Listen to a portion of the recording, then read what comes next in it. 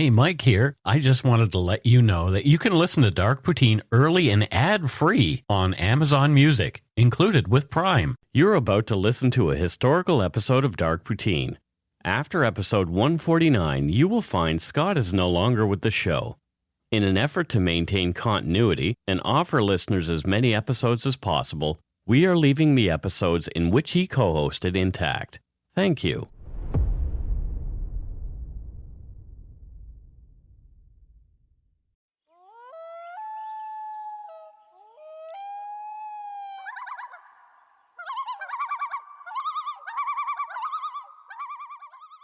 Welcome to Dark Poutine. My name is Mike Brown. I'm the creator and host. With me, as usual, is my good friend and co-host, Scott Hemingway. Say hello, Scott.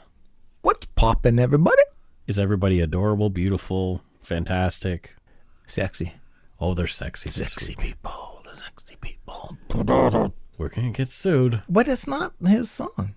It was my song. The views, information, and opinions expressed during the Dark Poutine podcast are solely those of the producer and do not necessarily represent those of Curious Cast, its affiliate Global News, nor their parent company, Chorus Entertainment. Dark Poutine is not for the faint of heart or squeamish. Listener discretion is strongly advised. We're not experts on the topics we present, nor are we journalists. We're two ordinary Canadians chatting about crime and the dark side of history.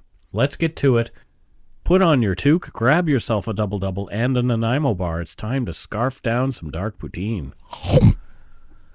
Yum, yum, yum.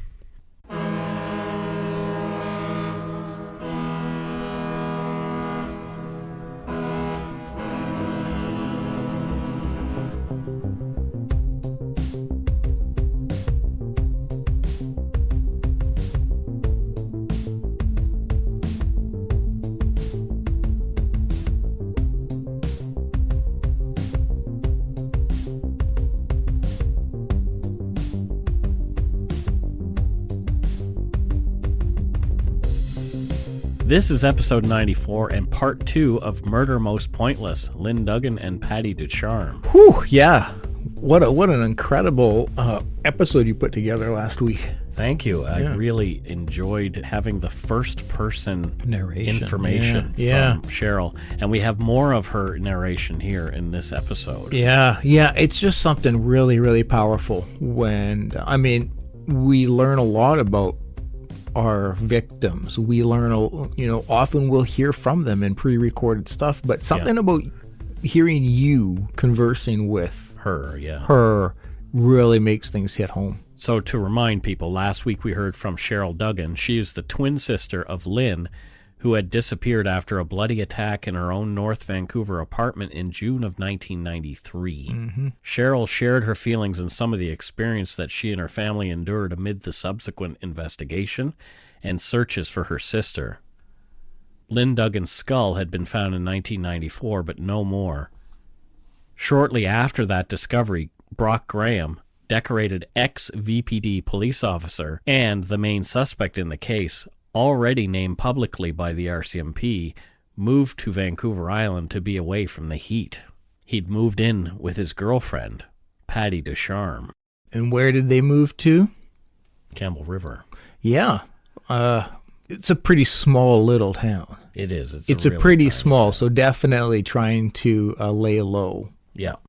So Brock had been living with his sister in Campbell River for 3 months. He liked having a few girlfriends and was often stringing more than one of them along. Jeez. He had his eye on more permanent arrangement to extricate himself from his sister's place as quickly as he could. One of the women he'd met since escaping the mainland was named Patricia, or Patti Ducharme.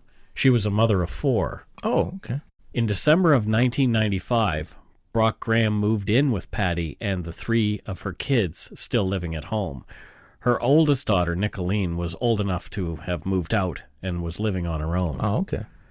So a wide age range between kids. Okay. Yeah. From 9 all the way to adult, yes. Okay. Due to, quote, privacy laws, police were prevented from warning Patti of the danger she might be in. We mentioned last week that there were claims in an article it published in March of 1996 that Patti was warned by friends about Brock's past. Patti's family has been unable to verify this and does not believe it even happened. They feel strongly that this was hearsay and that Patti had no idea of Brock's, at that point, alleged involvement with a previous murder. One of the first things Brock did to ingratiate himself with the family was to give Patti $1,000 to help with the bills. Far more than any of the other previous boyfriends had done. Brock wooed the family with his initial generosity. Brock Graham's family and Patti's were thrown together due to the relationship. Yeah.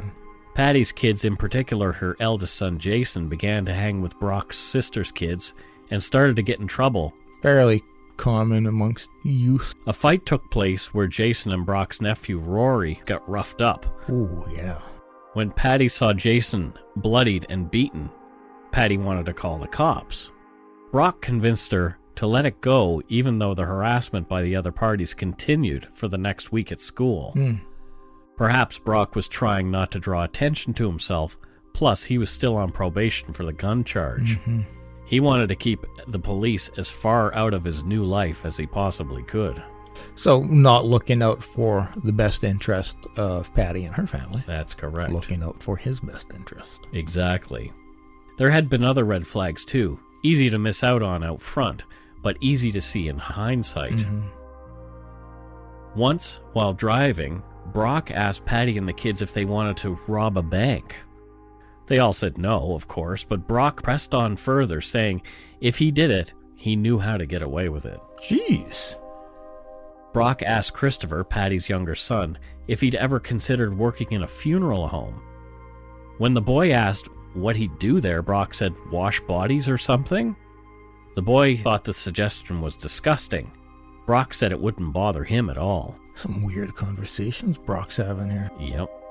Brock also suggested he'd teach Christopher knife fighting, another offer that he was not taken up on by the non-violent young man. Yeah, these are some bizarre things he's trying to pass on. I mean, I have some pretty crazy conversations with my kids. Yeah. But it's all part of context, and like these just seem like weirdly dark. Yeah, I've never been like, hey kids, so see the Circle K over there? How do you feel about robbing it? We should go knock it over. Yeah, like you and Bibby and Violet. I can imagine you guys like kicking the door in. And, give me your money. But it's just a bizarre conversation to be having with kids. Yeah. Sometimes Brock would sit and meditate all night long, legs crossed on the floor, eyes closed, from midnight until 6 a.m. in the morning. When Christopher asked him why, Brock replied simply that it helped him relax. I don't think it's helped him enough. All night long. Yeah. It was definitely not remorse for having murdered an innocent woman in her home that kept him awake. He wasn't capable of that. Perhaps the insomnia was due to Brock's self-centered anxiety and continual paranoia that he was going to get caught and go to prison for the crime. I think that's the more likely option. Brock also showed from time to time that he had quite a jealous streak. Arnold, one of Patti's exes, called saying he was looking for a shoulder to cry on. Arnold's father had died recently of cancer, and having no one else to turn to, he called Patti, begging her to come console him, just platonically. Patti chose not to go, as she felt staying home with Brock was much easier than the consequences she'd most likely suffer after paying attention to someone other than Brock Graham. Oh, that's terrifying. So she's clearly aware of his... The cracks were beginning. Yeah, she's clearly aware that he's not a altogether stable individual. But Brock had done nothing serious enough to telegraph what was coming next. At least nothing that Patti's kids knew about. Who knew what was going on when there was no one there to see it? Yeah. On Saturday, March 16th, 1996, Christopher, 14, and Leanna, 10, were sent off to Edmonton to see their dad. So that's leaving one remaining child? That's right. Older brother Jason went to Victoria to visit his half-brother Jeremy. Leanna was excited for her first plane trip. Yeah. Brock and Patti would have an entire week to themselves. No kids. I mean, typically that would be an exciting thought. Yeah.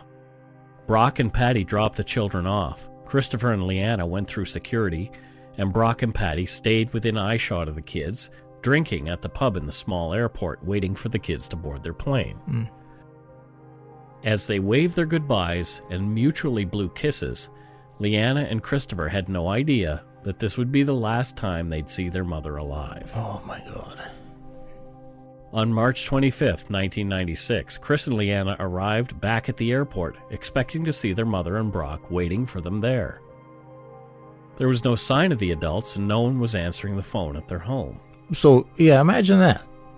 Kids, you're 14 and you're 9. And you come home, or you land at the airport. Yep.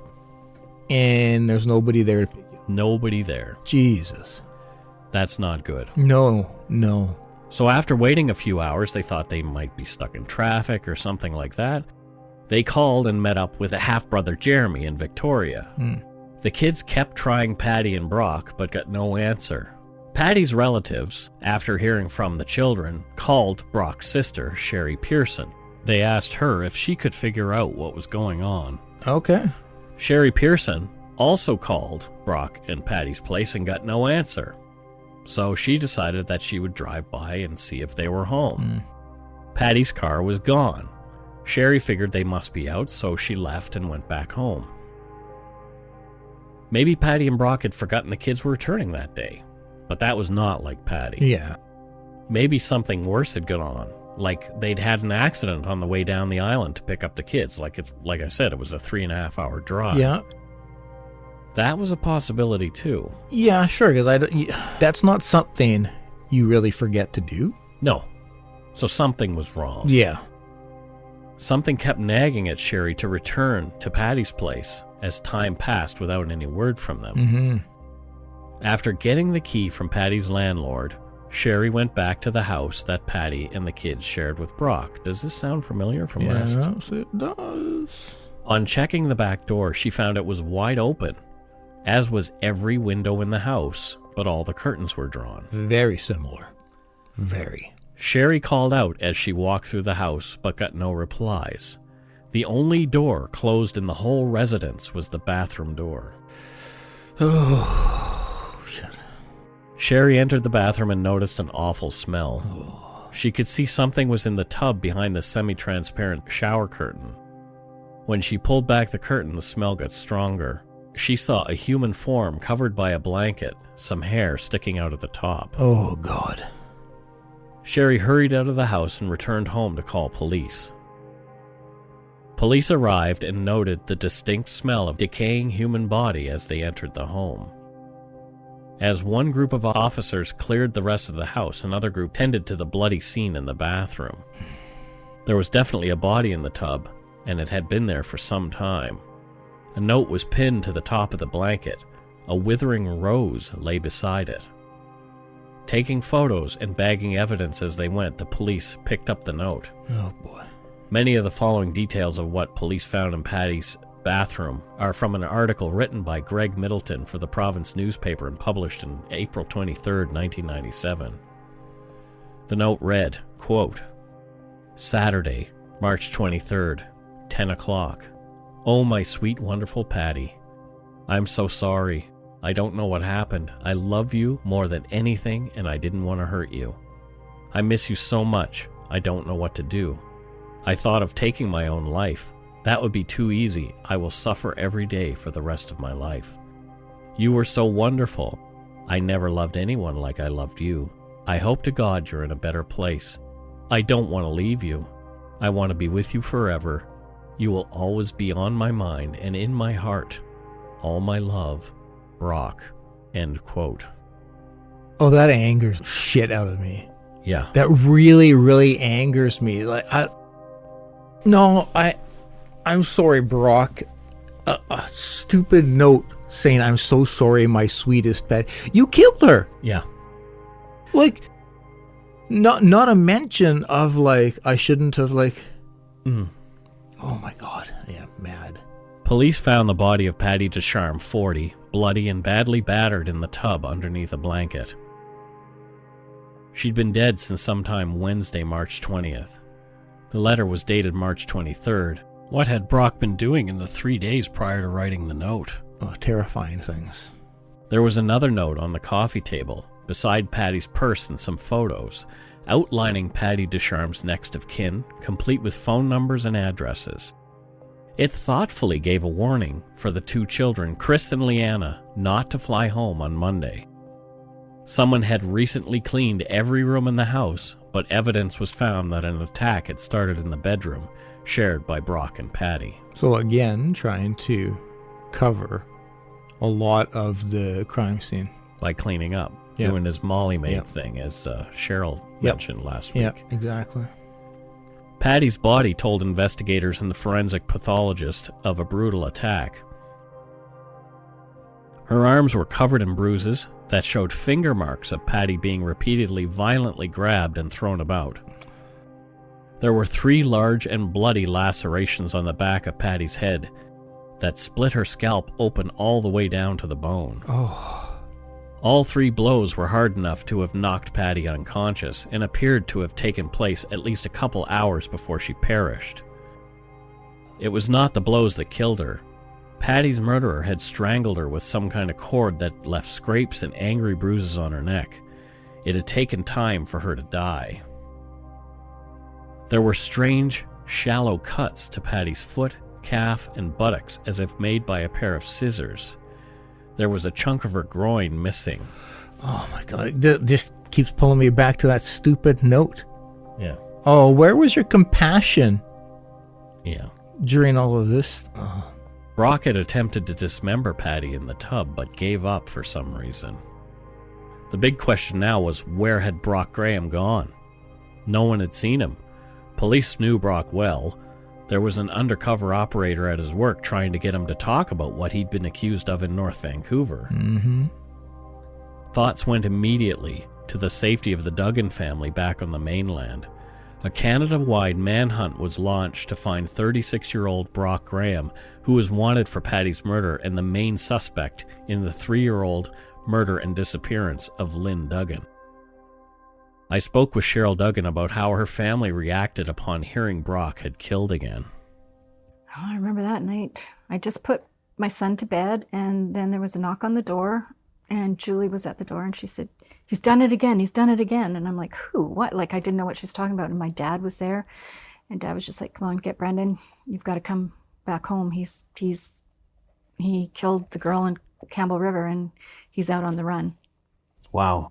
Did the police express any concern for your family? They did. They said that because he's a walking time bomb now, that he's killed again, you know, he could just go on another killing spree, come back here. Her car was gone, her debit card, and they figured he was on his way to Vancouver. Right. Were you guys frightened? Yeah. Oh, yeah.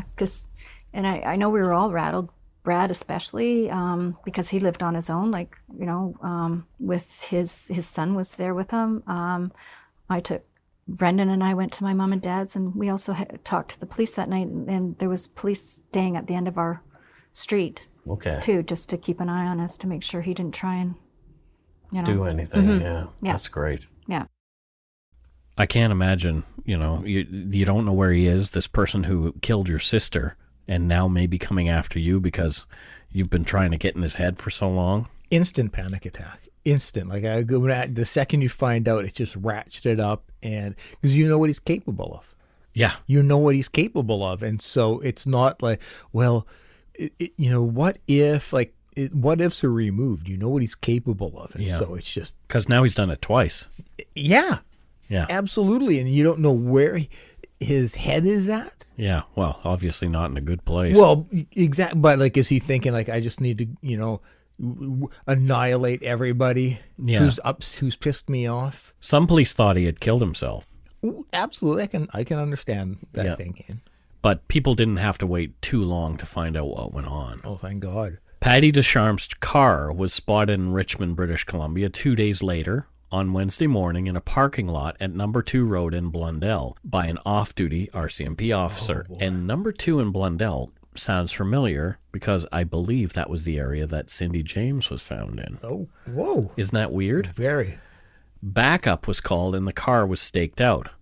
A sloshed Brock Graham was taken into custody without incident at 12:30 in the morning when he came back to the car. He'd been drinking at the Pump House neighborhood pub all night long. The Duggan family was horrified that Brock had killed again, but having him in custody brought some sense of relief. I remember hearing it, and I was just like, thank God. Yeah. Because now I could go back to work, and we could get back to some sense of normalcy. I was probably at my mom and dad's, because I didn't go to work, because we were all afraid, and, he hated us, we hated him, so... And did you think at first like he was probably going to get out and skate on this one too, or?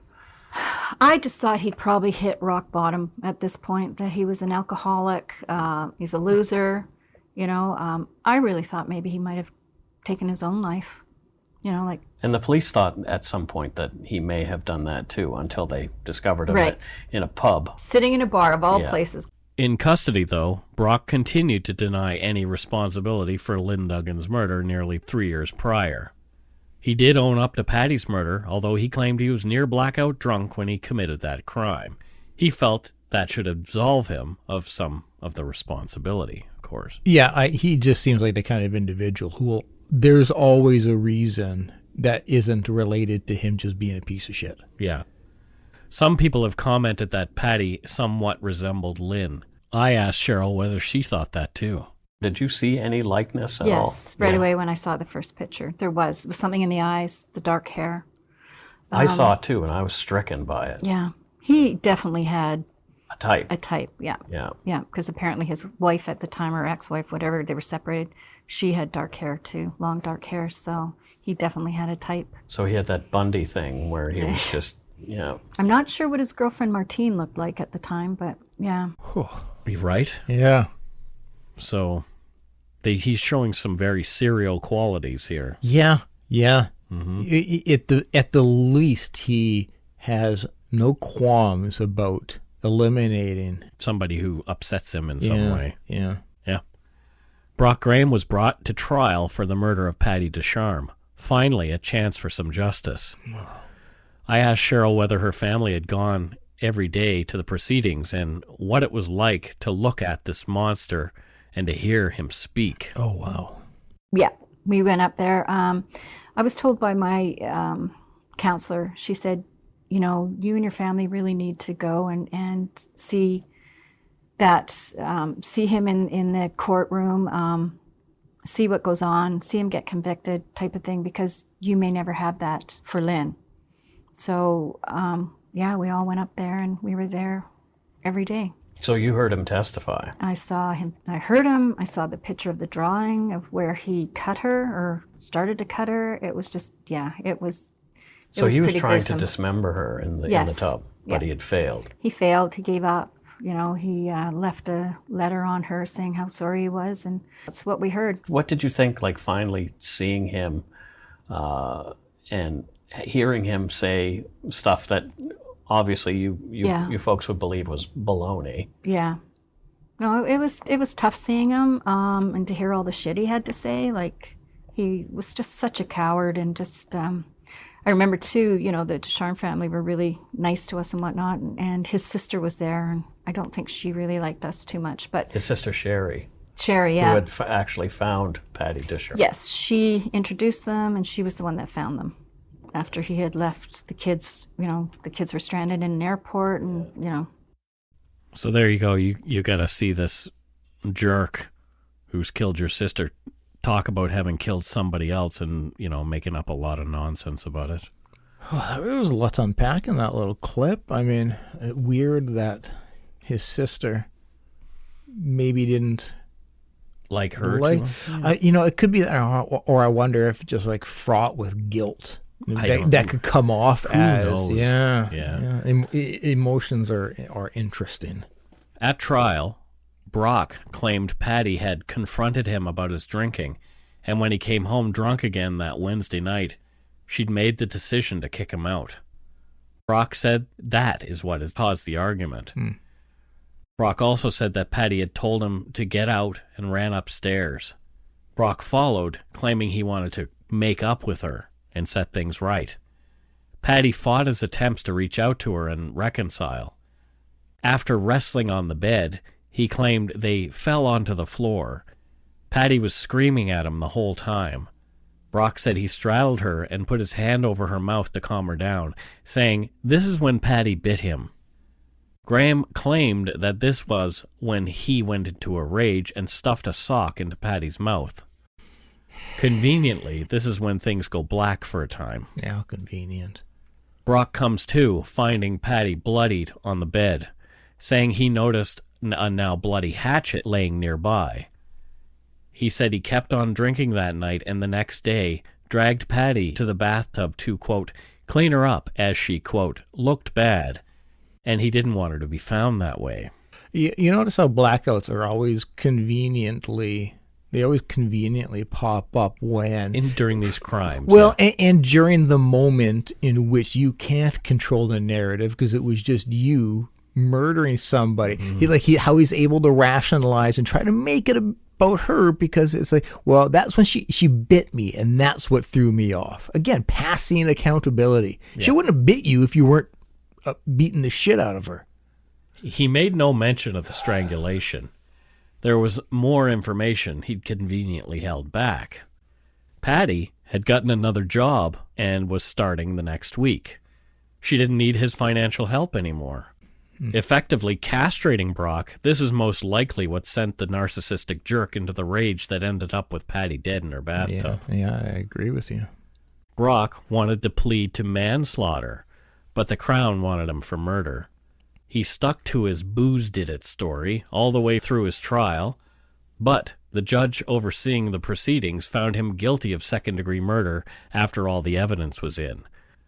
He was sentenced to life, 25 years, without the chance of parole for 10.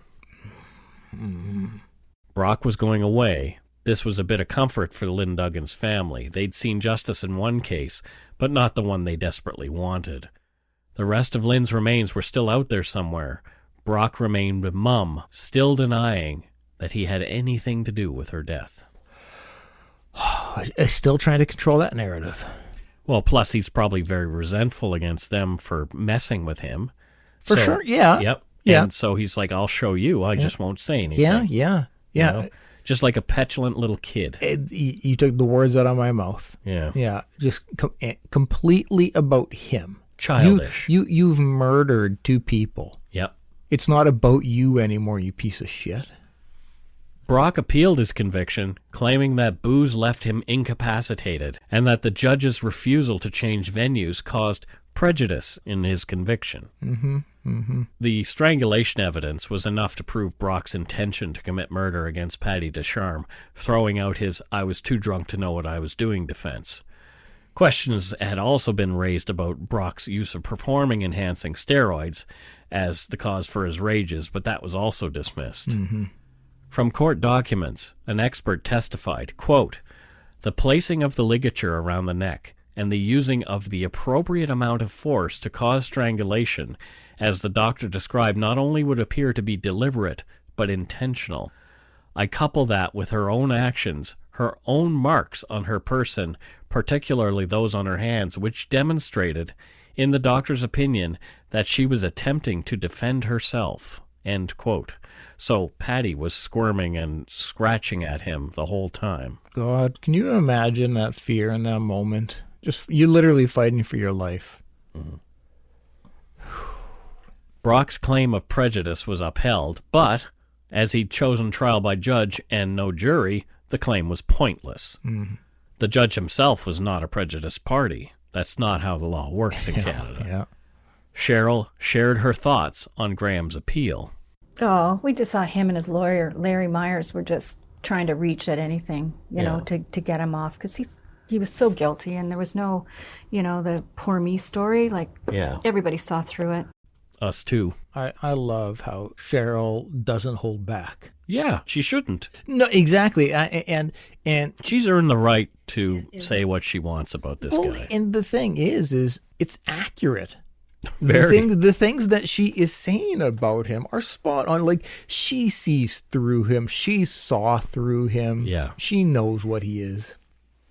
Not long after his appeal was rejected, on October 8th, 1998, after serving only 18 months of his life sentence, Brock, prisoner 366840D, made a request to be moved to the Williams Head Institution.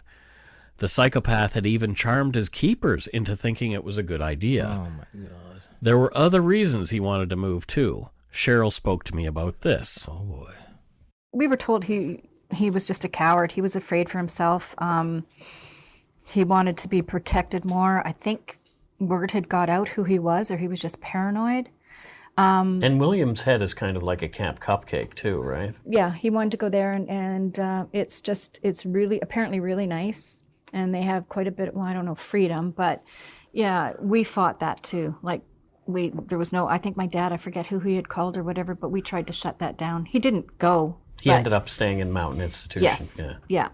But yeah, when we saw that, oh God, it was, yeah. Yeah, I remember reading an article that where your dad was the big bold headline said the club is too good for this guy kind of thing. And when other people heard of it, they all went crazy too. Like nobody wanted him to go to that. Like nobody. Like crazy. Well, we didn't know too because we had all lived in Lynn's building, the St. George's one, and it was a place for guys that got out of jail, like a halfway. Oh, really? Yeah, because they questioned about 3 guys, I think, in the building. In the building? Yeah. Wow. We were like, we didn't know that. We all lived in, because we called it the Walton building because, you know, Kim lived in it, Julie lived in it, I lived in it. Sure, everybody says We good all, night, the whole family. so-and-so. Yeah, we all lived in that building and had no idea that this was a place that, you know, people out of, these guys were roaming around. Crazy. You never know who's living next door, right? No, I mean, it could be you, Mike. Well, it is actually. Yeah, exactly. Yeah, it's horrible. Case in point. And we'll take a break right here.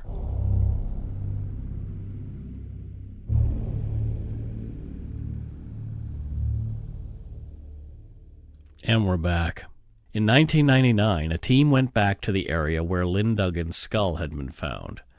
The 2-day search involved 15 SFU anthropology and criminology students, a cadaver dog, and ground-penetrating radar. It was all new technology. Again, no new evidence of Lynn Duggan's remains were turned up.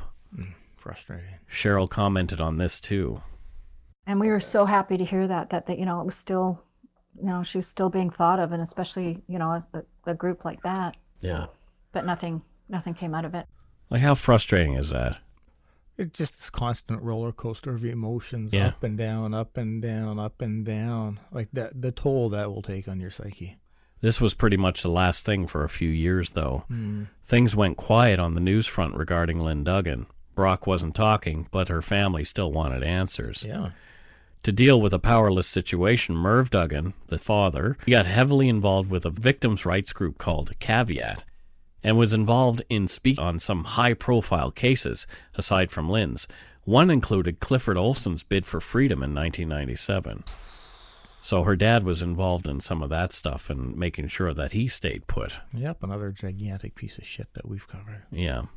In October of 2004, having had enough of not knowing what happened to his sister, Lynn's brother Brad met with Brock Graham face-to-face at Mountain Institution. Whoa. The RCMP had suggested perhaps that Brock would talk to a family member and own up to Lynn's murder in a mediated face-to-face restorative justice session in the prison. Holy shit, okay. According to the Canadian Department of Justice website, quote, restorative justice has been part of Canada's criminal justice system for over 40 years. Restorative justice is commonly defined as an approach to justice that focuses on addressing the harm caused by the crime while holding the offender responsible for their actions by providing an opportunity for the parties directly affected by the crime, victims, offenders, and communities, to identify and address their needs in the aftermath of the crime, end quote. Yeah, I'm a huge advocate of restorative justice. But man, I put myself in Cheryl's shoes and in her brother's shoes. Yeah. Oh. Cheryl Duggan explained how this meeting came about and the results. Oh, please. Sergeant Webb suggested, so I put in the application or whatever you had to do, and I got a phone call while I was at work, and she said, no, he's refusing to see you. And so she is his counselor. Yeah, somebody like that. But she sounded like she was right into him, like he had her under his spell, like the way she was defending him. And I'm like, do you know what he's done? And well, you know, he hasn't been charged yet, and this, that, and the other thing. So anyways, I went up And I talked to Brad, and I told him, Brock doesn't want to talk to me. And Brad's like, what are you talking about? And I said, well, Sergeant Webb told me to ask Brock. And Brad's like, you're not going anywhere. You're not going near him. Like, just shut that down type thing. He felt like he was scared that something he might couldn't happen believe to that you. I was, and I was like, okay, that's fine. But then we had a family dinner. And one night my dad broke down, and I believe that's when Brad just said, you know what, enough's enough. I'm going to get this guy. Yeah. I'm sure Yeah. more colorful language Yeah. used than that. Yeah. And he was on a mission, and he got in touch with, I can't remember the name of the company or the business, but it was Sandy and Dave. And I think it took a year for it to actually get together to be able to do this. And Brock finally agreed to talk to Brad, but like I said, it was a year in the making. And so when he first went in to see him, Brad was trying to tell him that that it's been going on too long and that we're never going to go away. Yeah. And shut it down now. You might as well, because it's not going away. And I guess he was talking to Brad, and then he just said, well, he felt that the Duggans were out to get him. And Brad said, no, I don't know what you're talking about. And that's when Brock apparently had a big envelope with all these cards. And he just said to Brad, well, what about these? And when Brad opened it up, it was cards with my mother's handwriting telling Brock that the Hells Angels were going to get him. And So Brad, she was upset. she was doing her own She wanted to thing. be in his head. Absolutely. Yeah. She didn't let any of us know that. Yeah. This is what she was doing on her own, because this is what was making her feel like she was doing something for Lynn. Sure. So, and Brad just looked at it and he went, oh my God, like, this is my mother's writing. This is a mother who's brokenhearted. You killed her Right. daughter. Like, Yeah. it's like, and Brad said, look, why don't we do this? We'll do a polygraph test, and I'll do one saying, that we're not going to try and kill you with the Hells Angels if you'll do a polygraph too. Yeah. He did the polygraph and he failed. Yep. And then he demanded a second one. Brock did. Okay. And he failed that too. So that's when he decided, he's going to talk to Brad again and come clean. What a moment. Holy crap. Wow. Yeah. Oh, Finally, the turning point. yeah. This family's not backing down, and I love them. Yeah. Wow. I'm just trying to put myself in Brad's shoes. Yeah. You'll hear more about it here. Yeah. The second meeting between Brock Graham and Brad Duggan happened in the spring of 2005, almost 12 years after Lynn's death. Brad was prepared with questions in what shaped up to be a critical point in the ongoing investigation to solve Lynn Duggan's murder. Brock started to talk. Oh, my God. Cheryl told me about the aftermath of this meeting. Oh, my God. Brad went back to talk to him, and I got a phone call. I was at work, and I got a phone call from my boss saying, your brother's on the phone. And Brad said, can you get home? I'm on my way back now from being to where he had to go with Brock. And so I said, yep, okay. So I left work, and we all got together, but my mom and dad weren't sitting at the table with us. They were in the backyard, and that's when he said, he killed her, and that he used a hammer, because we didn't know what he had used. He used a hammer. An argument took place, and he felt threatened by Lynn. Lynn was 5'2", he was 6'4" or something, and this little woman, Big scary cop. yeah, Versus little tiny lady. big man was afraid of Lynn. Yeah. First of all, he did a karate chop to her face because he felt like she was lunging at him.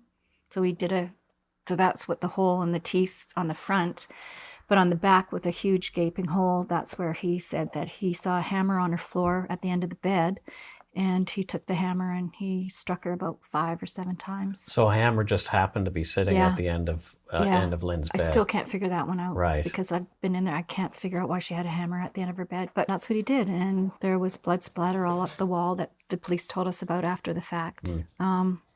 Yeah. And then that's when he took her to the bathroom and dismembered her and cut her up.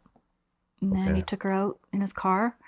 And I think he did a shallow grave in the demonstration forest. Brad also had to get out and step out for a few minutes To take a because breather, to hear he that. just heard his sister's Yeah, been murdered. and the guy's so close to him, and I think he said because of his hockey the discipline that he learned through hockey that helped him to Maintain his composure. Yeah. So then he got himself composed, went back in, and he made him draw a map, and then he agreed. So I guess they did a reenactment with the police, and they all went up to. So they took Brock to. Brock was in. Yeah. Oh wow. Yeah, they made arrangements, and I believe Brock. We didn't know what day or anything that happened, but they did. They did a reenactment. He took them to where he said he dumped her body, and then he was charged. My God. Yeah. That's some intense conversation right there. Yeah, the discipline Brad showed, yeah. I don't think I could keep myself that composed. Yeah, no, me neither. Like hearing from somebody sitting in front of you that they murdered your sister. And tell you how they did it. And tell you how they did it.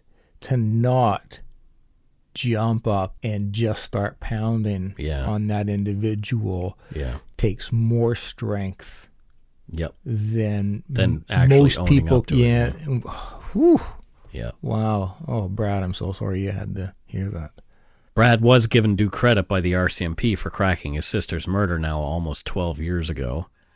The search in the area that Brock pointed to on the map and actually took investigators to turned up nothing. Cheryl believes he held back the real location of Lynn's body for some reason.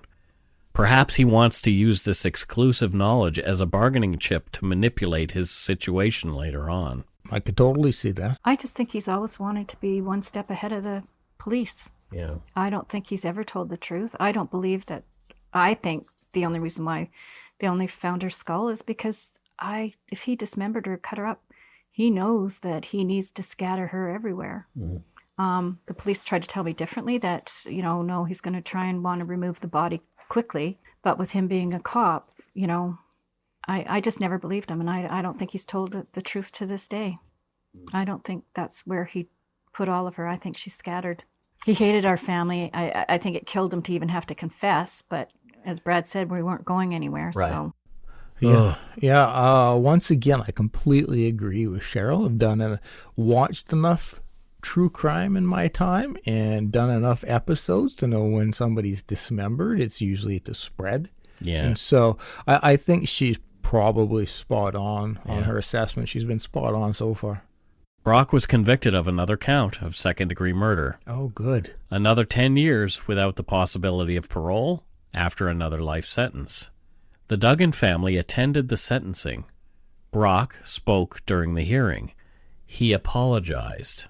They weren't buying it. He did the same speech that all of the killers say, like, I'm so sorry, I don't know how to, It was like a speech that he was practicing over and over. It was so fake. And he was looking down the ground. So I yelled at him. I said, don't look at the ground. Look at my parents. Well, that was you. Yeah. Okay. I read that somebody did that. Yeah. And so then he started the apology. And I think my dad said, don't bother. And my mom, they both said something. I don't remember, Somebody yelled that they hoped that he would rot in hell. That was my sister after she finished doing her statement when she was walking by him. She just said, I hope you rot in hell. But also the Ducharme family, too. The parents were yelling, too, that we don't accept your apology either. Like, everybody was yelling. And that was what was so weird about this court case, because it was so full, and they had all the media over on the one side.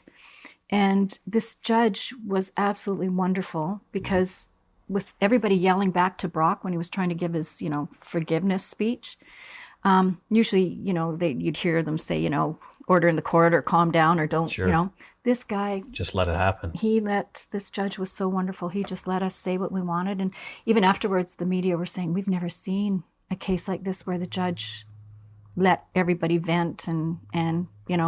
Well, I think maybe the judge realized that, here's a family that's finally getting justice 12 years later. Mm-hmm. You folks have been searching for Lynn still to this day. I let him read my journal, and he actually gave me back a thank you card. And at the time, he said, I wish I could give him I think he said 100 years or way more than asked.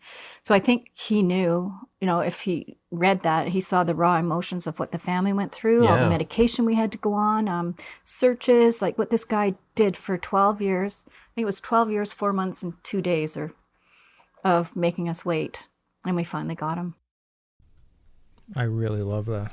Right? Yeah, I really. I wish they would do that in more court cases. Let the family have their say. Enough with the decorum. Well, but It's the perfect venue for, yeah, I get the rationale behind the judges often not, because they just you can't let a courtroom just go out of control. But in this case, in this situation, yeah, perfect. It doesn't sound like it was out of control. No, it It's doesn't. just the families having their say, which they deserved. Well, but I think that's why they usually do, is because it could easily escalate into just some yelling session. But this was so beautiful. This to just let them just vent, Yep. share their accurate thoughts on him, because his apology, I'm sure it was What a load of bunk. it was just a load of shit. It was just him again trying to control the narrative of how he is viewed. Yeah. No. Even with Brock right where he belongs, the pain he caused the two families still echoes. Everyone has to deal with it in the best way that they know how. Cheryl explains some of the challenges the Duggan family still faces today, 26 years on. Well, things were never the same. And then, there was more fighting. There was, we were close at that time, but I just think the stress of everything just caused more, I can't describe it, but It makes sense, though. yeah, there's some that don't even want to talk about it anymore. They've decided to let him go and not destroy their lives any longer. Yeah. But I made a promise. I made a promise when my mom was dying. She said, please don't ever let him get out. And I said, I promise we won't. And then in my journal that I've reread before doing this, every day I wrote to Lynn, I promise you, right to the end, we're going to get him. I'm going to help, fight this fight for you. Holy crap. I mean, there is no right or wrong way to want to move forward. I can understand some family members wanting, I just don't want him in my thoughts ever again. I can understand Cheryl's feeling of, I have to make sure he never gets out. Yeah. So there isn't a right or wrong, and I can understand how that would create a lot of damage and conflict internally as a family. The Duggan family and the Ducharmes would like to have Brock Graham remain in prison for as long as he can. Yeah. They fear for the lives of other potential victims and do not believe he's anywhere near rehabilitated. But Brock wants out. Cheryl explains. He is applying for everything that a prisoner would do to lead up to full parole. Right.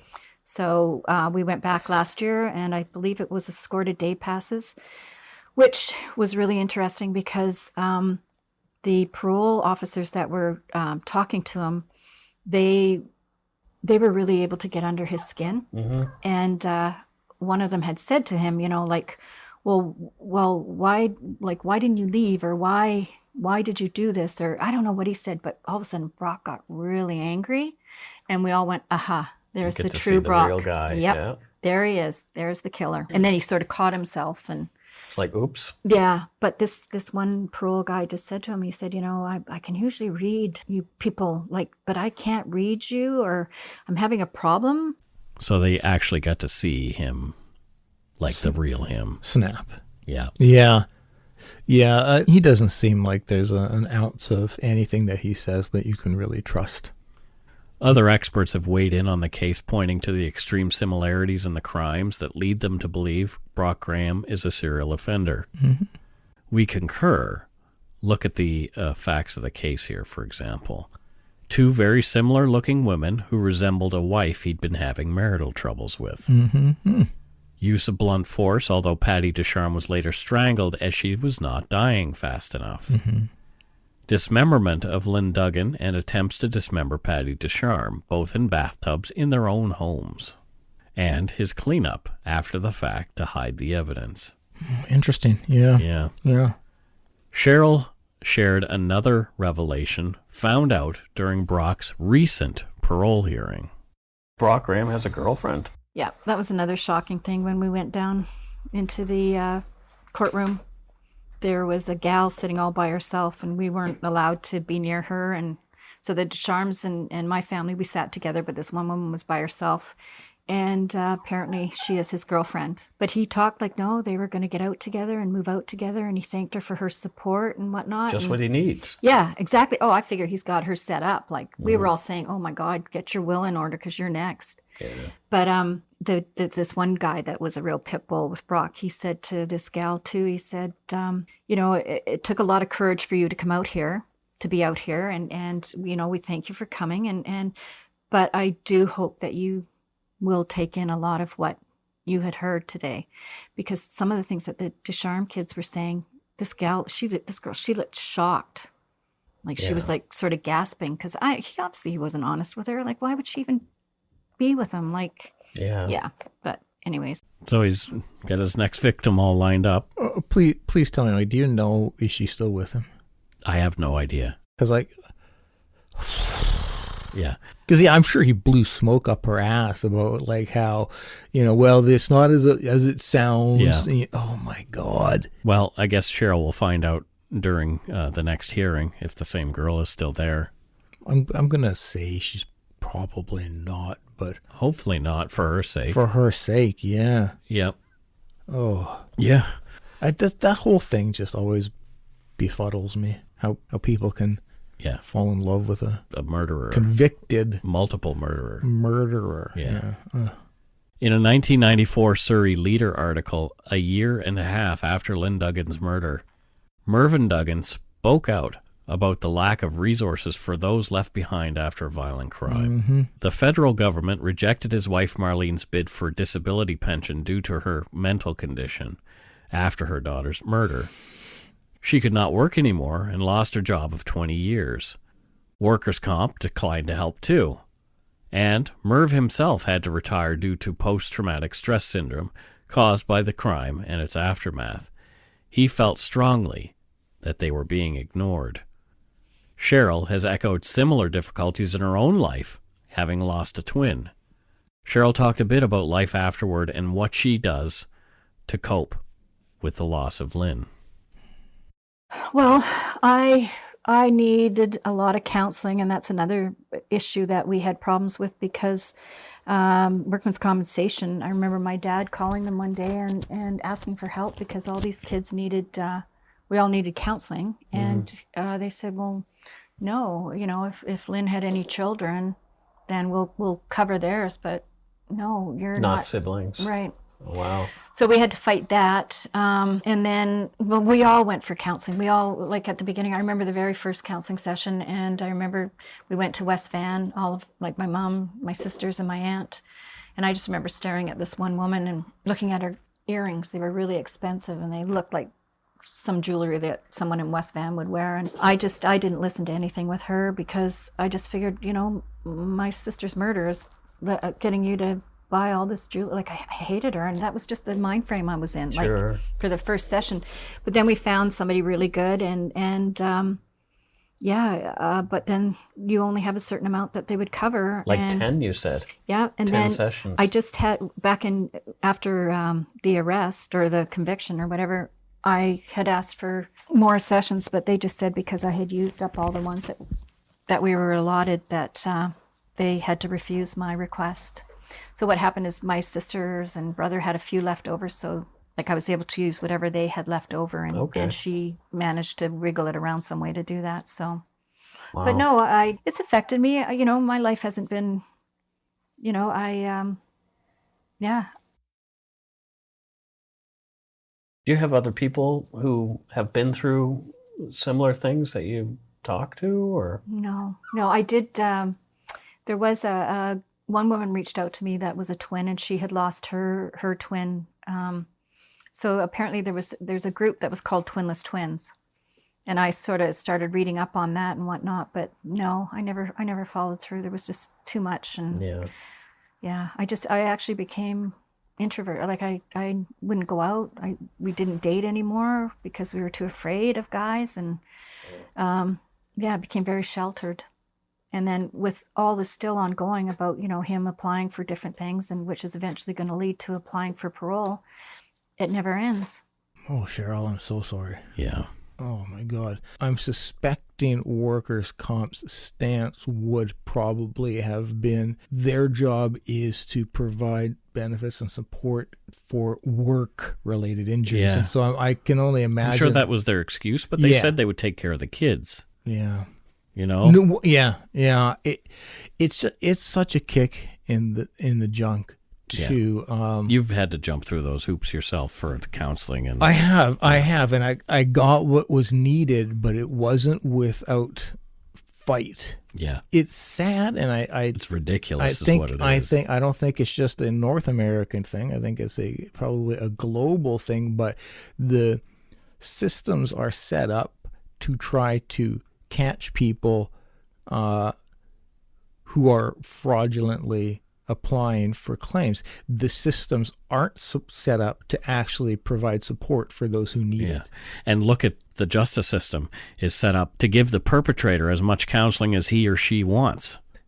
And the victim and their family or who's left behind are just set to, you're on your own kind of thing. Those are the people that should be getting the support. To heck with the guy on the inside. I mean, some of them are going to be rehabilitated, sure, but that doesn't seem to be the rule. Yeah, and we talked about this outside of the show, and I fully support the perpetrators, the criminals, getting therapy, because the vast majority are going to be back out in public, and I want to make sure that they, aren't going to recommit any crimes. But it shouldn't be disproportionate, whereas the criminal get support and the victims don't. Whatever is offered to the criminals needs to be offered, and then some for the victims. Yeah. Because they didn't ask for this. No.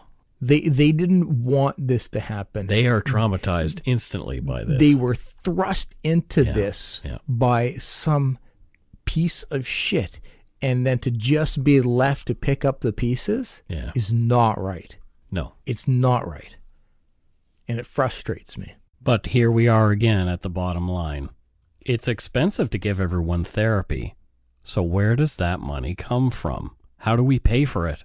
Mm-hmm. Kept Cheryl's memories of her twin sister Lynn to the very end so we could bring things to a close the right way. Yes. Let's talk about Lynn. So here's what Cheryl had to say about her sister.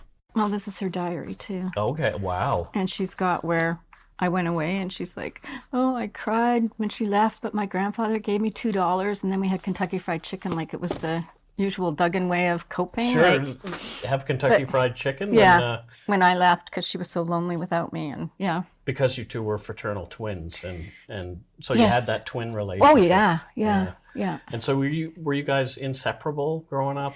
Yes. Yeah, we were always very close, but she had her best friend and I had my best friend, but we still did everything together, like on birthdays and trips. And can I talk about the keg and our birthdays? Yeah, absolutely. Or how we would go to a restaurant and we would both sit down and we'd say to each other, like, don't start. And she'd go, well, you don't start either. And then the waiter would come up and we would just start laughing. And the guy would have to leave until we finally composed ourselves. So then he'd come back and say, are you ready now? And we'd go, yeah. And then we'd start laughing again. So it took about 3 tries with a waiter before we could actually order our food, because we just had that connection where we would laugh together. And once we started, it just would never stop. We've had a few incidences too where it happened in a real way. We were going to see a friend in Grimsby, Ontario, and I don't know what started it, but once we got off the train and whatnot, we started laughing for nothing, and all of a sudden she had wet her pants. So this happened all the time. So we had, she was contagious. She made me laugh all the time, and once we started, we couldn't stop. So she was just a naturally funny person. Mm-hmm. What did she do in her spare time? What was Lynn's, did she have any hobbies or anything? Yep, she loved photography, so she started to do that. She took pictures of one of her best friend's daughter, Amanda, and she would take the outdoors, and then that's actually what she would do, like in a field or something, take a picture of flowers or whatever, and those would usually ended up in a frame for a birthday present or a Christmas present. Nice. She loved to camp. She loved traveling. She just, Loved life. Loved life. Yeah. Mm-hmm. What would people outside the family recall about Lynn? Oh, well, I think my dad said it in an article that she was really quirky and funny, and some of the things that she would come up saying to him, like there was one time at the dinner table, my dad said that, he really felt that he needed to go on a diet, and Lynn said, well, could she come too? Like just little things. And then there was like one time. It was a trip? Yeah. And then another time we were sitting at the dinner table. This is when we were about 7 or 8. And Lynn's just sitting there while we're all eating our spaghetti. And my dad looked at her and said, Lynn, what are you doing? And she said, I ain't got a fork, or something like that. Like it just, that was Lynn. She was just. She ain't got a fork. She ain't got a fork. Mm-hmm. What were her ultimate goals? Did she have anything that she was reaching for? Well, actually, yeah. She just wanted to meet somebody and have a family and live the life that most people do. Mm-hmm. Oh, that tears my heart apart. Yeah. Lynn didn't get a chance to get there. No. Cheryl wanted to be very clear on one item, so she was adamant that we put this in. A lot of people would ask me, why was she with such a guy, or why did she have a boyfriend like that, or why, how could she be with someone like that? Well, she met him on the May 24th long weekend. Mm-hmm. She only went on 3 dates with him, and then she was gone. Yeah. June 16th. So it's not like they were having like a real torrid relationship. They were just dating. Getting to know each other. And unfortunately, he showed up drunk to her apartment that night and killed her. Yeah. I want to thank you so much for participating in this and your little doggie. And what's her name? Keely. Irish name. Well, thank you so much. Here, go to your Auntie Leslie. Oh, wow, Mike. Thank you. Yeah, this one was I'm super proud of this one. Yeah, I'm proud of you too. That was I want to make an appeal to Brock. Sure. I don't know if he's ever going to hear it, but if he does, hey, Brock, I'm not sure if you'll hear this, but everyone knows you're holding back the real location or locations of Lynn Duggan's remains. Rather than hold these poor people as hostages anymore with your deceit, why not just give it up? I'm sure that gesture of goodwill might reflect much better on your chances when your next parole hearing comes up. It just makes sense. Yeah, I agree with you 100%, Mike.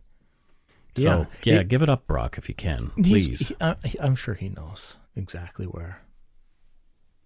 He definitely knows. Yeah. He's the one who did it. Well, but I'm like, with him not saying it, it leaves it up in the air for, maybe animals took the remain. Yeah. I feel quite confident. I'm sure he knows.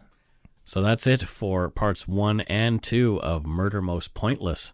Lynn Duggan and Patti Ducharme. Oh, just a little episode for the folks. A little bit of reality. Yeah.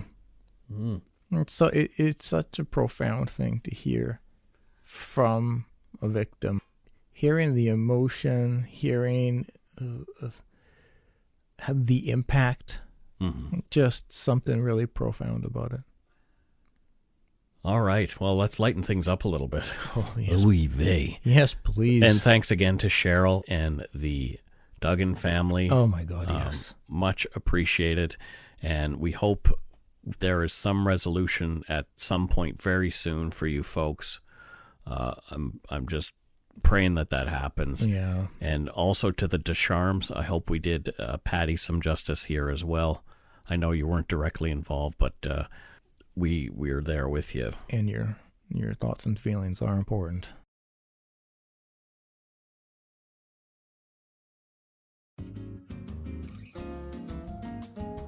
So before we go, we want to give some shout outs to our new patrons. Oh my goodness, there's a bunch of them. Oh. It just keeps happening. It does. These people. I'm not complaining. No. It's just shocking. Yeah. Yeah, exactly. It's shocking. Oh, here's a new one. This is an interesting one. So, Katie Murphy. Okay. Right? Yeah. That sounds like, your average North American, maybe UK name, Katie Murphy. Yeah, totally. Hong Kong. Oh, okay. Thanks to Katie in Hong Kong. There you go. You don't want to ever, like you mentioned to me week after week, you don't want to assume No, where wait, somebody you is can't from. do it. You can't do it. So, Katie Murphy from Hong Kong, thank you very much. Wow, Katie. That's, how are you enjoying Hong Kong? Well, it's the Hong Kongiest, I guess. Oh, my God. Yeah, Oh, you went there. I did go there. You did. Not inaccurate. No, it's not inaccurate at all.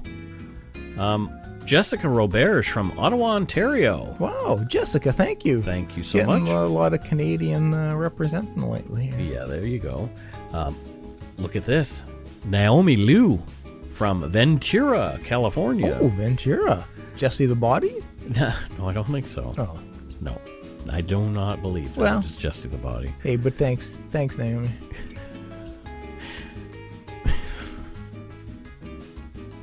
Ventura, right? Yeah, That's why you went there. yeah, Okay. exactly. Jesse the Body, Ventura. Jennifer McGill from London, England. Oh, sweet. Some more jolly old England. That's right. Thank you, Jennifer. Yes, thank you so much. Oh my goodness, it's another Prime Minister. What? Kimberly Johnson from Cochrane, Alberta. Holy smokes. I curtsy to Guacamole. you. We curtsy. We bow. We curtsy. We Hand gesture hand gesture in your on direction. on a podcast Yeah, that you couldn't see. That it was a nice hand gesture. I witnessed it. I can tell you it was very regal. Yes, I was regally hand gesturing Yep. to you, Kimberly Johnson. Yep. And we really appreciate that you came in at that level to support us. Muchos gracias, or as we say in Canada, thanks a lot. You're honorable, Kimberly. Thank you. Kimberly Johnson. Cochrane. Is Tom Cochrane from Cochrane? You know, he better be. Because Yeah. if not, then all's not right in the world. Yeah. Red Rider. A little bit of Lunatic Fringe. I wish that could be our theme song, Lunatic Fringe. That'd be our out song. That should be like just our walking around in life song. Come on, Red Rider, let us have the rights to your Please, song just please. for S and G's. We're Canadian too, guys. Yeah, exactly. Come on. And next up we have Dylan Nixon from Grand Prairie, Alberta. That's just a great name. Yeah. Dylan Nixon. Yeah, it's the county of Grand Prairie. What? Yeah. This California. Canada, Scott. T8. Yeah. We have counties here? Yes, there are counties in Canada. You didn't know this? No. I grew up in Lunenburg County. What the hell? Okay. There's no counties, I don't think, in BC. Well, there you go. And that's all I hear. I think there are regions. BC is weird in that way. Or is everyone else weird? Maybe. Exactly. Well, Maybe. Thanks, Dylan Nixon, with the awesome name. Shanda DeForest. Mm-hmm. Unsure where Shanda's from. It may be DeForest. No, that's just, I wasn't going to go there. Shanda the Woods. Mike, She's from the woods. Mike, She's from the wilderness. she's dealt with this enough. This is why she's reached out to me. Oh, she reached out to you directly. Directly, just while recording. Uh-oh. She knew the shout out was coming, Yep. and she wanted to clear the air. Oh, boy. And now I'm apologizing. Yeah, she's not from DeForest Where... Okay. or the woods. She's not from DeForest or the woods. Where's No. she from? The home. She's from the home. Yes. Like the old folks' home? No. That's just what they call her home. Like, I'm going to the home. The home. Yes. So DeForests live in the home. Yes. Wouldn't the home be in DeForest, though? No, Mike, quit it with this. No. What? No. I'm trying to... It's in Port Alberni. Oh, I'm trying to understand. Well, you're not doing a good job of it. Yeah. So, yeah. Well, I don't do a very good job of many things. But do you know where she works? In the forest. Yeah. Okay, what does she do in the forest? She's a tent tester.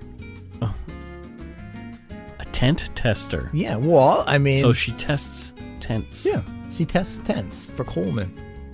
Oh, interesting. Yeah, well, because, I mean, you've got to, right? You can't just assume that you've made this new tent and it works. So she's been doing it for a while. You're not speaking in the past tense. No, she's still doing it. She's still doing it. Didn't you get that? Past tense?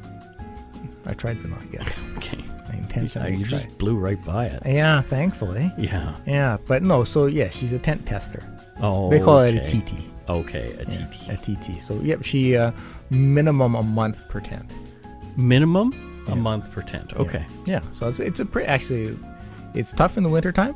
Outside of that, though, it's great. It's great. It's a great time. There you go. Yeah, you can really, any forest that you want, you can test it in. We had some money sent to us for our donut money via PayPal. We this did? week. We did. Whoa. It's from the first one is from Cindy Sidhu McDonald. Wow, thank you, Cindy. She says, I'm new to podcasts and came across Dark Poutine by fluke, and I love it. Hey, we're new to it, too. I'm a true crime enthusiast and love this one so much, I went back to the beginning and have listened to all of them. We apologize. Well, yeah, jeez. I love that you're local, so she must be from here. Yep, And maybe a little loca. Ha ha. Yeah, that's true. We are local. pretty yeah. accurate. I became a patron but didn't leave a message because I'm a bit technologically challenged, as my kids say. Here is some donut money. Thanks for your story and Thanks for your storytelling and making my workday fly by. So, Well- wait a minute. She's listened. She's caught up. She listened to all of the shows. Yeah. And she sent us money still? I don't know. Whoa. Wow. It's amazing. Thank you, Cindy. Yes, thank Wow. you so much, Cindy. The next is from Shannon Reel, and she is from, it looks like Riel, but I know it's not. How do you know? Well, maybe it is. Shannon is from Prince Rupert in northern British Columbia. The Roop. Out in the Roop, yeah. She says, I love your show and your humor. Okay. Thanks. Yeah. She listens This every is all week. serious business, though. I don't know what jokes she's. She says, I listen every week, look forward to episodes to come, and hope this small contribution helps to keep the cheese on the poutine. Oh, yeah. Oh, yeah. totally You're is. helping us with the cheese on the poutine. Yeah, my cheese slips off the cracker, but not the poutine. No, my cracker cheese is definitely... Your cracker cheese. My cracker cheese has slipped Yeah. immensely Yeah. of late. Correct. Yeah. Stressed. Stressed cracker cheese. Well, yeah. Once I can release why I'm stressed out a little bit, people will understand. Yeah. And lastly, but not leastly, from Rayanne Jack. She says, thank you for your amazing show. It gets me through my long work day. Appreciate you guys so much. They must be thinking of another show. It must Like be. they must be listening to like Case File.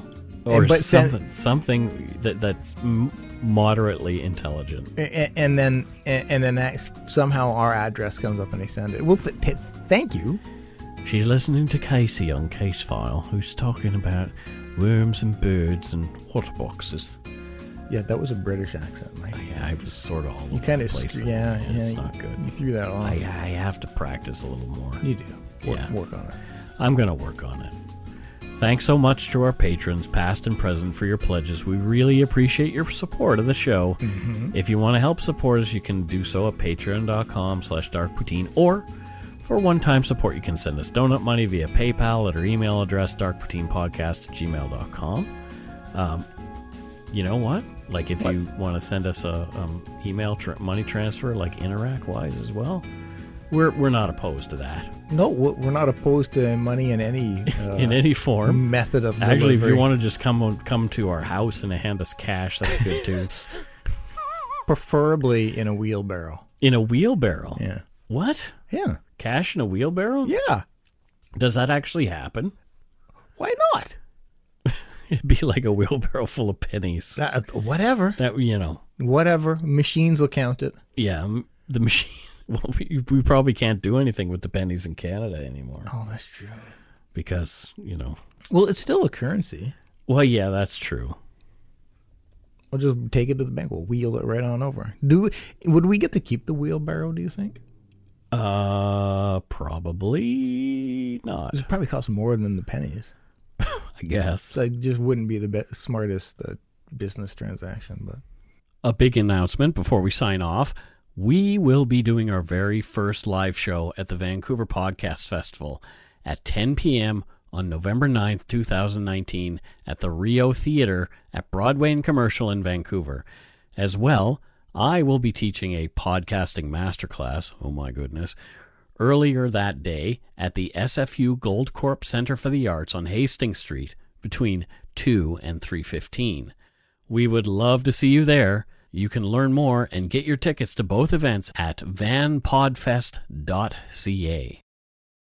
If you don't already, it would mean a lot to us if you subscribe to the show. You can easily find us on iTunes Podcasts, Google Play, Stitcher, TuneIn, Spotify, or wherever you get your on-demand audio. Check out our website, darkpoutine.com, for show notes and other cool stuff. Give us a follow or a like on Facebook, Twitter, and Instagram. Just search for Dark Poutine. Most importantly, tell your friends about us. Word of mouth is a powerful thing. Until next week, don't forget to be a good egg and not a bad apple. Bye-bye, everybody. Bye.